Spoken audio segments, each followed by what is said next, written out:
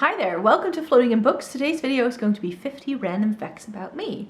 So hi, my name is Maaike. I live in the Netherlands. I like to come in here to chat about books, lifestyle related things, some fashion bits, and I saw my friend Erica Conger do this 50 facts about me kind of video, and I was like, oh, I've never done anything like this in a while. Like, I actually looked on my blog and I did do one of these things like years ago, like almost a decade ago.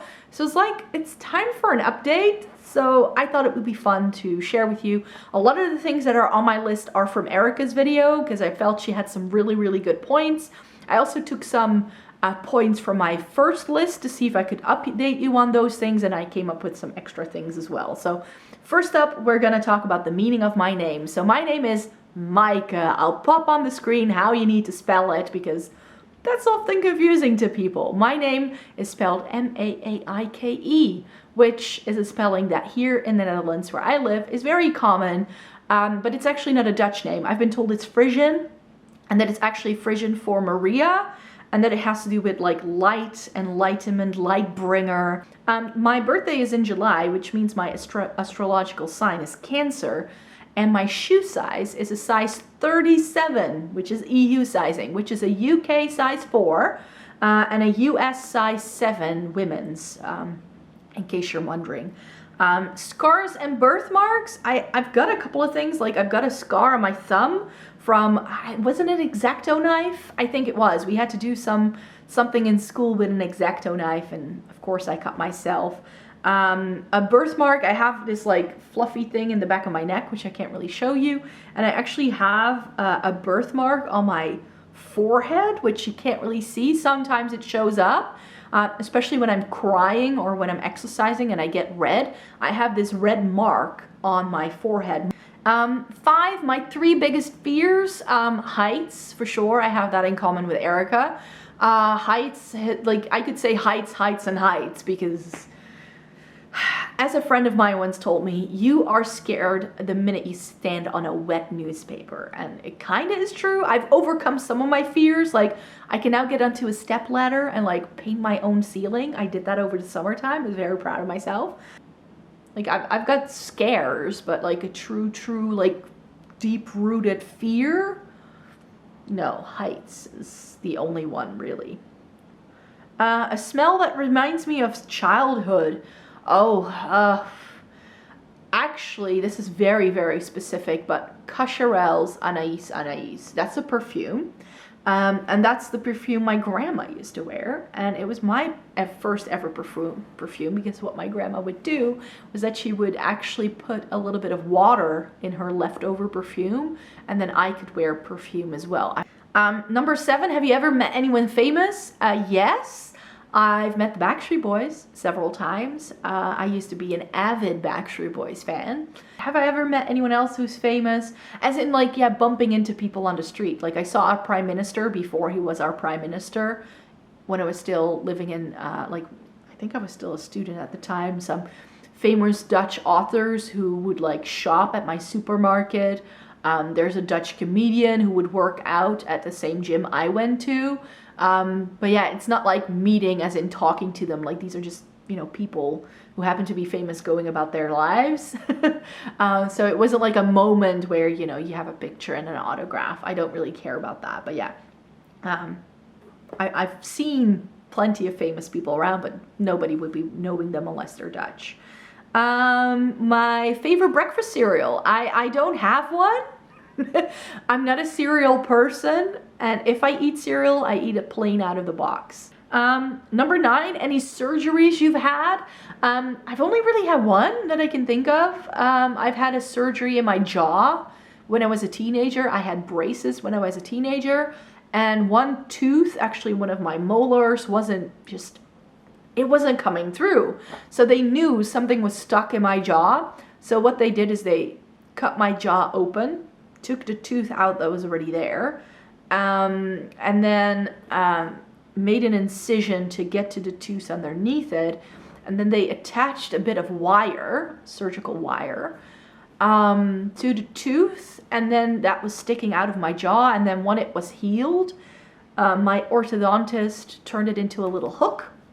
And then I had this elastic band that I had to attach to my braces on my top jaw, and I actually pulled the tooth up through my jaw because of opening and closing my mouth. I hope you weren't eating anything as I was explaining that to you, but that's the only surgery I've had. My biggest pet peeve. Ooh, biggest pet peeve. I don't know. Injustice, is that a pet peeve? Like gossip. Just anytime I feel there's just too much like talk going on, I'm like, so yeah, gossip is not, like I don't really like it if other people are talked about, and I tend to shut it down as well. Modes of transportation. So I believe Erica was talking about her car. I've never owned a car.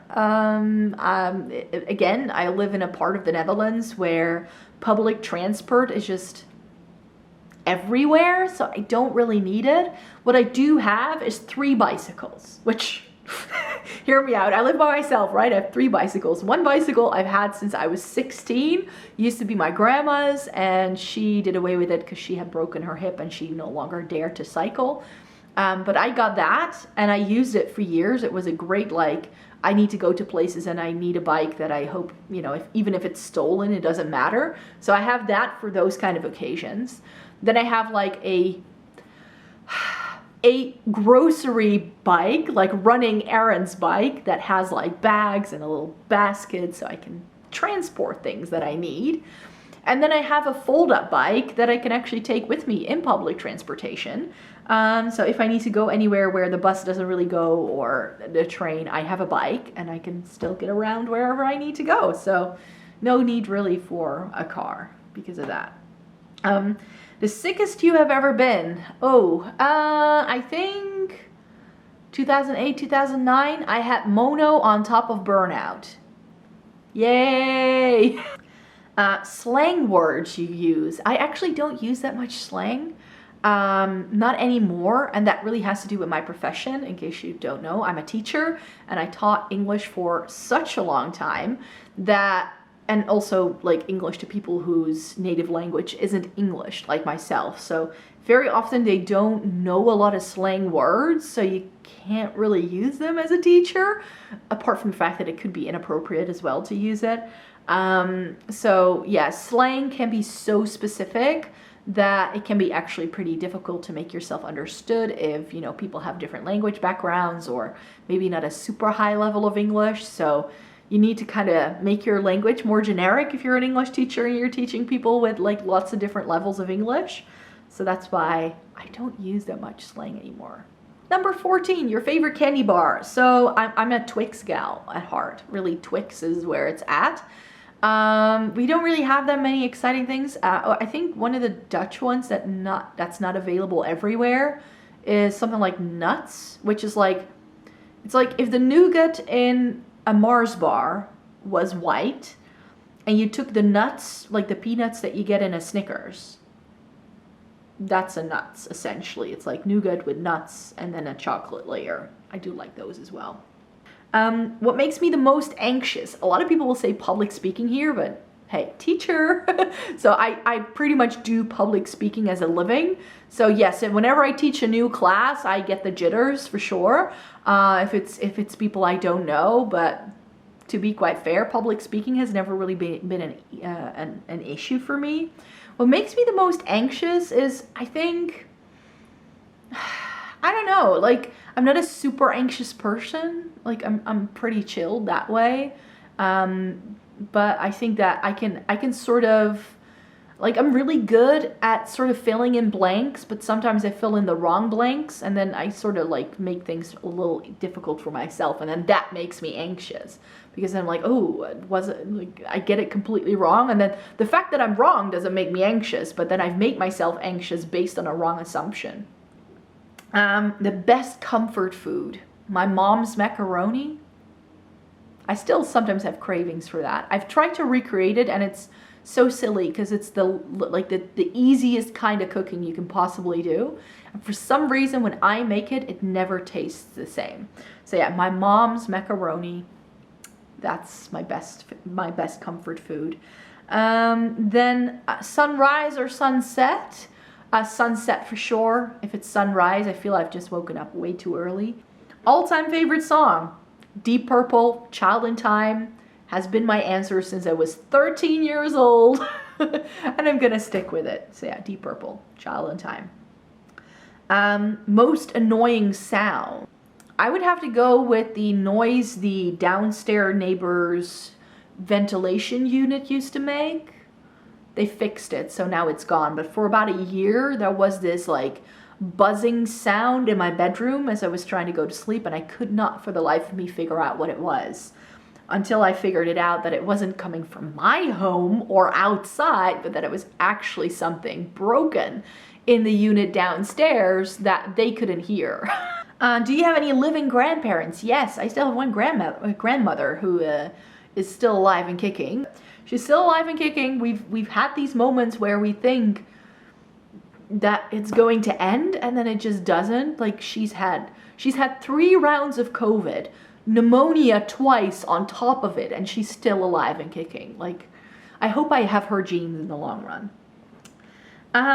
Bravest thing you have ever done. Just making sure I chose me and not live by anyone else's standards. That's what I think like the bravest thing I've ever done. I have to do it from time to time to, you know, remind myself, but also the people around me like, hey, this is what's going on. What would I love to learn how to do? There's still like somewhere on the wish list to learn to play how to play the guitar, and I'd love to learn Spanish at some point. Have you ever been in a play? No, but I've been in dance recitals. I've been dancing my entire life, in case you don't know. So I did, like, especially the kind of dancing I used to do, there would always be some sort of dance recital, sometimes once a year, sometimes every couple of years, depending on what school I was with.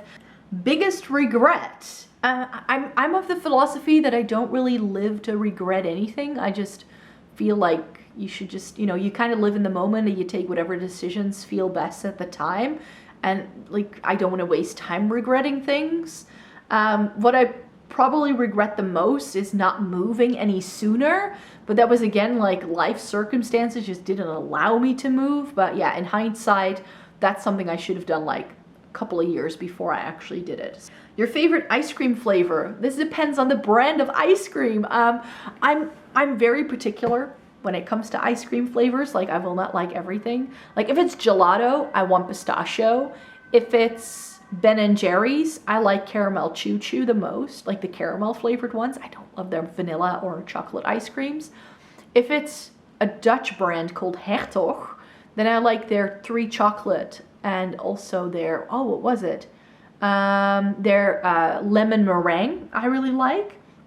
And then if it's like popsicles kind of stuff, then I really like Festini pear ice lollies. And I've recently, over the summertime, I've gotten into mochi ice cream. If you have an Asian supermarket near you, I hope you can get it. It's amazing. They have matcha flavored ice cream, and I love it. It also comes in pistachio, black sesame, vanilla. Like, they have like standard flavors as well, but they also have like, you know, black sesame seed, and like green tea matcha, and the green tea matcha has to be my favorite. Best advice ever received is number 26, and I think the best advice I ever got was from a friend of mine. I was in a relationship at the time, and I wasn't sure whether I should break it off or not, and at the time she was like, you know, try to see if you, like, try to look into the future, like 5-10 years down the line, and take a snapshot. Is this person still there? And if that person isn't, then you have your answer. So that's I think that was some really good advice. Do you believe in ghosts? Yes and no. Like, ghosts, the way we read about it in stories and how they're being portrayed in media, I don't believe in that. But do I believe in like remnants of like a different realm being around in this world?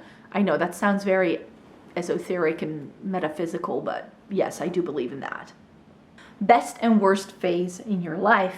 My best phase were definitely my student years. I went to university in Leiden. It was my first time moving out and really coming into my own.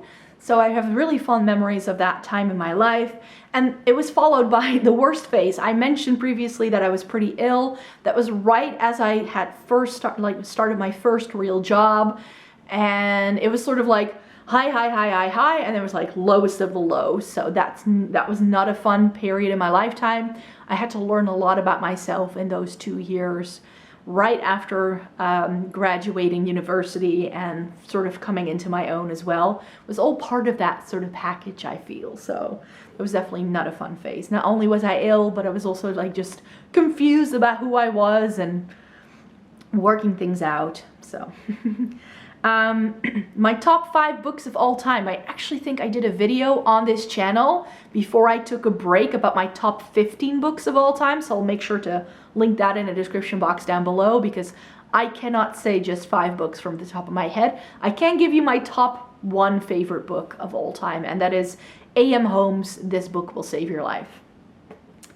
Something you got in trouble for as a kid: daydreaming, clocking out in the middle of a class or a conversation, and just really wanting to be by myself very often. I was the kind of kid who would rather sit on the couch reading a book or like solving some sort of puzzle or whatever, like in my own world with my own imagination, rather than looking for other kids to play with.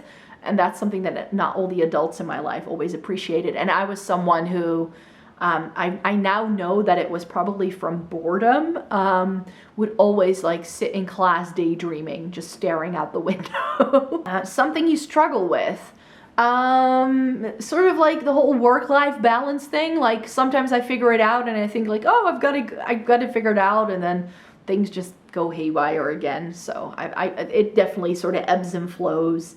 Why did you start a YouTube channel? I know I don't have just one, I've got 2, so, and a blog, and I'm starting to do TikTok now as well. So yeah, I started this whole online journey because I was missing a level of creativity in my working life. And there were things that I really enjoyed doing when I was a student, like writing essays, that I just felt like I was missing this creative outlet. And that's why I sort of started my blog on a rainy Friday evening in 2010. And then there was content after a few years that I felt would look better or work better as a video. And then I started making YouTube videos, and then I started to just figure out how it worked, and I had a lot of fun doing it, so I started doing more videos. So everything I've been doing online has been very organic, and I sort of just rolled into it. I never really had a plan. Any allergies? Yes, hay fever, for sure. Hay fever is so bad that I had to have immunotherapy, where they give you shots every month for 5 years straight to get you to have a less severe reaction. So that was fun, and they actually found that during that not so great phase in my life when I also had mono. So I had the mono, and then I get the allergies really like raking through my body. That was great. And I have some food intolerances. I don't do really well on a very wheat heavy diet. For the past couple of months, I have issues with like brown rice. Not a good idea. So they're not really true allergies or anything like that. It's just discomfort. And other than that, I tend to have pretty sensitive skin. I don't have any true allergies, but my skin can be very reactive if something comes in contact with it that it just doesn't like. What sports did you play growing up? I didn't play sports. I danced. I have been dancing ever since I got my swimming degrees. I don't know what you would call that in English, but in the Netherlands it's pretty common for kids of like, you know, 5, 6 to get a few like swimming lessons, and you get your little like diplomas. And once I did that, my mom was like, you have to pick a sport, and I couldn't choose because I didn't want to play sports, but dancing I liked, so she put me in a dance class, and I've never looked back since. What superpower would you like to have? I think that a superpower I would like to have is to read people's minds. I don't know why, but that's always like intrigued me, if there's like characters who have this like telepathic kind of nature. I'm always drawn to those characters for a reason, and if it's in books. So I'm not sure I'd actually want to live that way. because unless you can switch it off. Like if you could switch it on and off at will, then it would be a good superpower to have, else not. Your most memorable dream. I'm terrible at remembering dreams, so this is a very difficult question for me to answer. I did have a dream that I sort of wrote down when I was a kid, and I sort of turned it into like a little story where, sort of like The Curious Case of Benjamin Button, where someone is born, it goes about it in the other way round. So I had this entire thing in my head, and I woke up from a dream one day, and then I just wrote it down where people started at 100 and then they just lived their life backwards. The worst fashion trends. So I believe Erica said shoulder pads in hers. So I'm going to show my age a little bit here as well, but low-rise jeans. I don't care that they're back. I lived through the low-rise jeans hype of the early 2000s. I have an apple shape. No, just no. Number 38, your first celebrity crush? John Travolta. Don't laugh. I was obsessed with Grease when I was like 8 years old, and John Travolta in Grease was what I was obsessed with. I did not know that that man had aged by the time I watched that movie, because by the time I watched that movie was about 20 years old. But yeah, John Travolta was definitely my first celebrity crush. Any hidden talents? I can move my ears. I'm not sure if you can see it. And I can turn my tongue around, which is apparently also something weird. So I can flip my tongue around like this. So it goes both ways. I'm not sure if that's a hidden talent, but I'm not sure if that counts, but I say it does.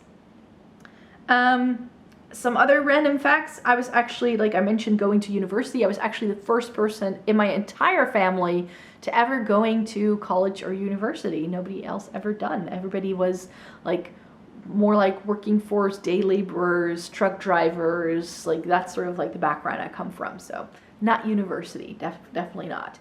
When I was at university, I actually took singing lessons. I'm not the best singer. I never was. I have asthma at the same time. So imagine a singer with asthma. It's not a good match. Not a good match. So yeah, I feel I'm a better dancer than I am a singer. But yeah, and I also haven't sung in years really. But yeah, I know how to carry a tune. What's a song that you cannot stand? All I Want to Do by Sheryl Crow is my nemesis. This song was stuck in my head for 3 months straight and I couldn't get it out. It was like the biggest earworm, and because of that, I can no longer listen to that song. I don't care. So we've discussed my favorite candy bar, but we haven't really discussed candy. My favorite candy is actually sour candy. Sour Patch Kids in particular, which are very difficult to find where I live, but yeah, any sort of sour candy is like my favorite thing, like, especially if it burns your tongue. Yes, yes. My first ever live concert was Michael Jackson in 1996 for the History Tour. I was only 12, so I barely remember a thing. But yeah, it was Michael Jackson. So very often, you know, when you meet people, it's like, oh, what was your first ever concert? And it's like Michael Jackson, and it's like mic drop moment. So yeah, I already mentioned that I didn't really play sports growing up, but I've been dancing since I was 16. I actually looked into becoming a professional dancer before I ever decided I wanted to become a teacher. And I ultimately decided against pursuing a career in dance because I'm very short. I'm only 5 feet tall, and a lot of dance companies actually do have height requirements if you want to become a dancer. So I was like, I don't know. And you know, you're 14 at the time, and I wasn't fully confident that that would be something I want to do. And then as I was sort of waiting until I could audition for dance companies, I developed this dream of becoming an English teacher, and I went with that in the end. Then number 46, so we're almost there. I have always been pretty experimental with the way I look and the clothes I wear. I already had like a favorite sweater when I was like 2 years old. I dyed my hair in different colors when I was a teenager. I had really, really short, like just spiky hair, and I wore dungarees and combat boots. That's pretty much what a lot of my friends who first met me when I was in college still remind me, like how they remember me. There are pictures somewhere, but I don't have them personally. Like my friend has some. I'm still trying to get a hold of those because I still want to see. But yeah, I've always been changing up my look and like doing different things my entire life. So that's also why it's an element on this channel now.